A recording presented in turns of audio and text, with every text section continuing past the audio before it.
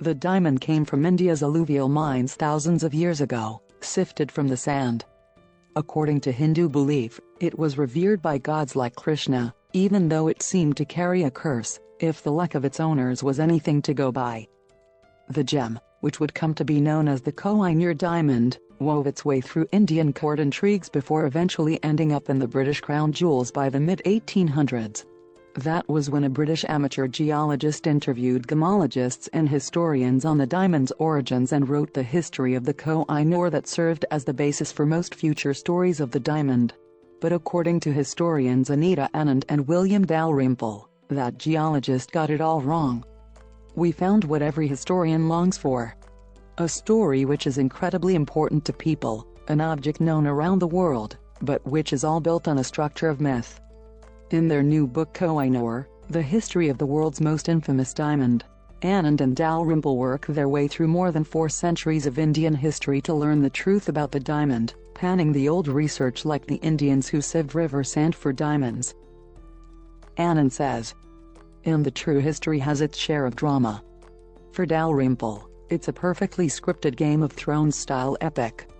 All the romance, all the blood, all the gore, all the bling. But beneath the drama of the diamond is a more serious question that still has no clear answer: how should modern nations deal with the colonial legacy of looting? With numerous countries, including India, Pakistan and the Taliban in Afghanistan, having claimed ownership of the Koh-i-Noor, it's a topic under vigorous debate. To understand where the diamond came from, and whether it could ever go back, requires diving into the murky past, when India was ruled by outsiders, the Mughal. For centuries, India was the world's only source of diamonds, all the way until 1725, with the discovery of diamond mines in Brazil. Most of the gemstones were alluvial, meaning they could be sifted out of river sands, and rulers of the subcontinent embraced their role as the first diamond connoisseurs. In many ancient Indian courts, jewelry rather than clothing was the principal form of adornment and a visible sign of court hierarchy, with strict rules being laid down to establish which rank of courtier could wear which gem in which setting. Dalrymple and Anand write in their book, "The world's oldest texts on gemology also come from India, and they include sophisticated classification systems for different kinds of stones." Turco-Mongol leader Zahir ud-Din Babur came from Central Asia through the Khyber Pass, located between modern-day Afghanistan and Pakistan, to invade India in 1526, establishing the Islamic Mughal dynasty and a new era of infatuation with gemstones. The Mughals would rule northern India for 330 years, expanding their territory across nearly all of present-day India, Pakistan, Bangladesh and eastern Afghanistan, all the while reveling in the mountains of gemstones they inherited and pillaged. In 1628, Mughal ruler Shah Jahan commissioned a magnificent, gemstone-encrusted throne. The bejeweled structure was inspired by the fabled throne of Solomon, the Hebrew king who figures into the histories of Islam, Judaism and Christianity. Shah Jahan's throne took 7 years to make, costing 4 times as much as the Taj Mahal, which was also under construction. The outside of the canopy was to be of enamel work studded with gems, the inside was to be thickly set with rubies, garnets, and other jewels, and it was to be supported by emerald columns.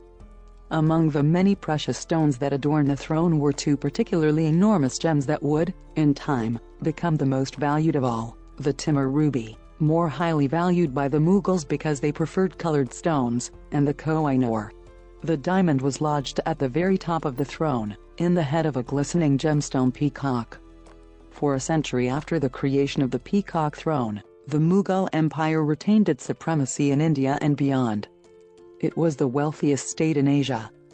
Delhi, the capital city, was home to 2 million people, more than London and Paris combined. But that prosperity attracted the attention of other rulers in Central Asia, including Persian ruler Nader Shah.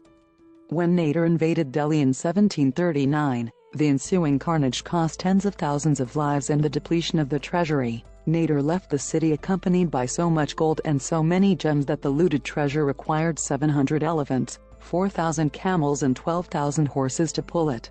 Nader took the peacock throne as part of his treasure, but removed the Timur ruby and the Koh-i-Noor diamond to wear on an armband. The Koh-i-Noor would remain away from India, in a country that would become Afghanistan, for 70 years. It passed between the hands of various rulers in one blood-soaked episode after another, including a king who blinded his own son and a deposed ruler whose shaved head was coronated with molten gold. With all the fighting between Central Asian factions, a power vacuum grew in India, and the British soon came to take advantage of it.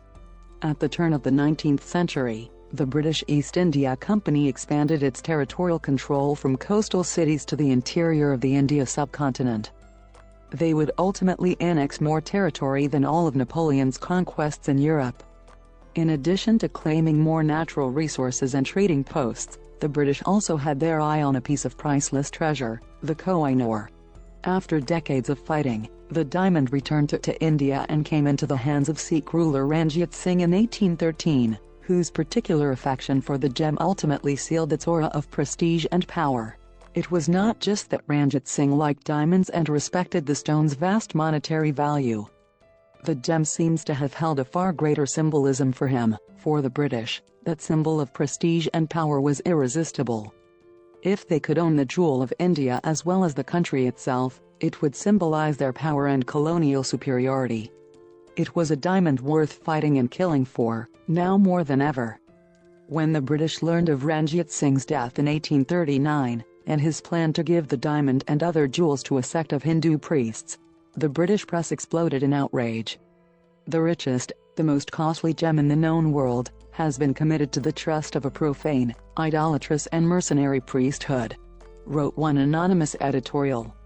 Its author urged the British East India Company to do whatever they could to keep track of the Koh-i-Noor, so that it might ultimately be theirs. The diamond became a special possession of Queen Victoria. It was displayed at the 1851 Great Exposition in London, only for the British public. While Victoria wore the diamond as a brooch, it eventually became part of the crown jewels.